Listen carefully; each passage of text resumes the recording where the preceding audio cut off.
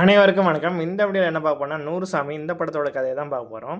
கள்ளக்குறிச்சி அருகே ஒரு சிறிய கிராமம். இருள் சூழ்ந்த அந்த இரவுல வீட்டின் ஒரு மூலையில அமர்ந்து தனிமையில அழுது கொண்டிருக்காங்க 40 வயதான செல்வி. அவளுடைய செல்போன் தொடர்ந்து ரிங் அடிச்சுக்கிட்டே இருக்கு.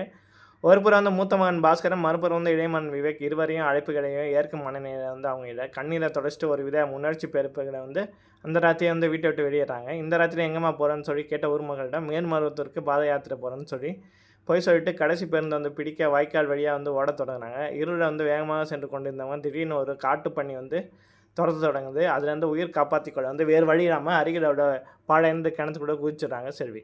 அவள் ஏன் தன் மகனிடம் பேசாமல் ஊரை விட்டு ஓடினா? இது கிணத்துக்குள்ள அவளை தழுவிய விதி எது? இதற்கு விதை தான் இந்த படத்தோட கதை.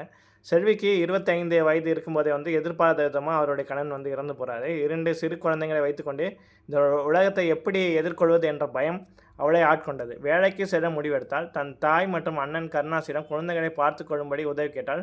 ஆனால் அவளது குடும்பம் அவளை நிராகரிச்சு. அந்த நிராகரிப்பு அவளுக்கு ஒரு வைராகியத்தை விதைத்தது.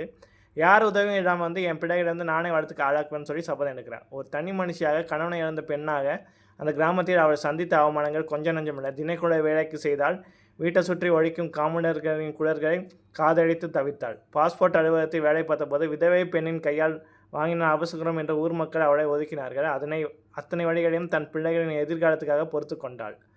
ஒரு முறை விதவை உதவி தொகையை அவள் விண்ணப்பித்திருந்த போது பச்சமுத்து என்ற கிராமவாசி அவளை கேலி செய்தாள். வாழ்நாள் முழுக்க நான் இப்படி தான் இருக்கணுமா? நான் மறுமணம் செய்ய கொள்ளக்கூடாதா என்று அவள் கோபத்துடன் கேட்டதை அந்த பள்ளிக்கூடத்து வாத்தியார் கவனித்தார். எனக்கு சின்ன சின்ன ஆசைகள் இருக்கும்ல. கொலை செஞ்சிருந்தா கூட 12 வருஷம் தான் தண்டனை. ஆனால் கணவனை இழந்ததுக்காக நான் வாழ்நாள் முழுக்க தண்டனை அனுபவிக்குமான்னு சொல்லி செல்வி தான் உள்ள குமுறல்களை அந்த வாத்தியாரிடம் கொட்டி தீர்த்தார். அவளது வழியை புரிந்து கொண்ட அவர் அவளுக்கு மறுமணம் செய்து வைக்க மாப்பிள்ளை பார்க்க தொடங்கினார்.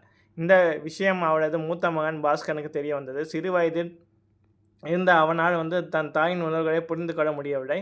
கோபத்தை வெடித்தான். தன் மகனின் மன அமைதியை முக்கியம் என்று முடிவெடுத்த செல்வி மறுமணம் செய்து கொள்ளும் ஆசையை முற்றுப்புள்ளி வைத்துவிட்டு மீண்டும் தன் வாழ்க்கையை பிள்ளைகளுக்காகவே அர்ப்பணித்தார். 5 வருடங்கள் ஓடின. பாஸ்கரன் படித்து முடித்துவிட்டு நகரில் ஒரு கோச்சிங் சென்டரை நடத்தி வந்தான். விவேக் கல்லூரியில் படித்து கொண்டிருந்தான்.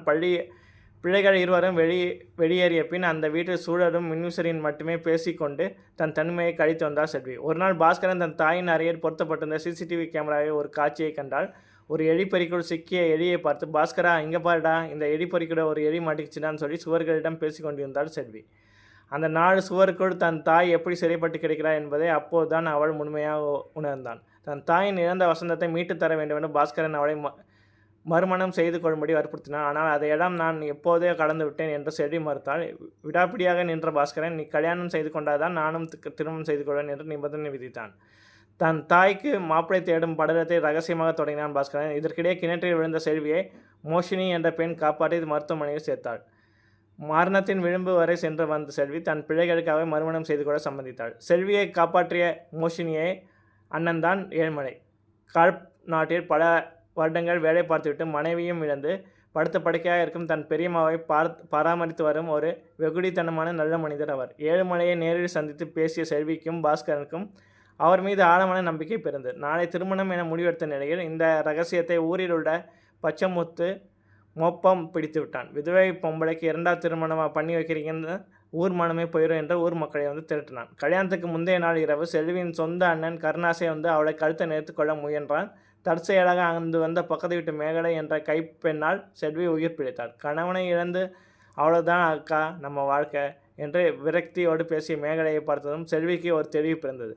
இந்த ஊரில் ஆசைகளை புதைத்து கொண்டு வாழும் மேகலையை போன்ற பல பெண்களுக்கு தான் ஒரு முன் உதாரணமாக இருக்க வேண்டும் என்று துணிந்தாள் செல்வி. மறுநாள் காலை கோயிலுக்கு ஏழுமலைக்கும் செல்விக்கும் திருமணம் ஏற்பாடு நடந்து கொண்டிருந்து அப்போ பச்சைமுத்து தலைமையில் ஊர் மக்கள் அறிவாளரோடு அங்கே சென்றார். எல்லாவற்றுக்கும் முன்கூட்டியே கவனித்த பாஸ்கரன் ஸ்டார்ட் கேமரா ஆக்ஷன் என்று கத்தினார். வானத்தில் ட்ரோன் கேமராக்கள் பறந்துண்டு ஆயுதங்களோடு வந்த ஊர் மக்களை படம் பிடித்தன.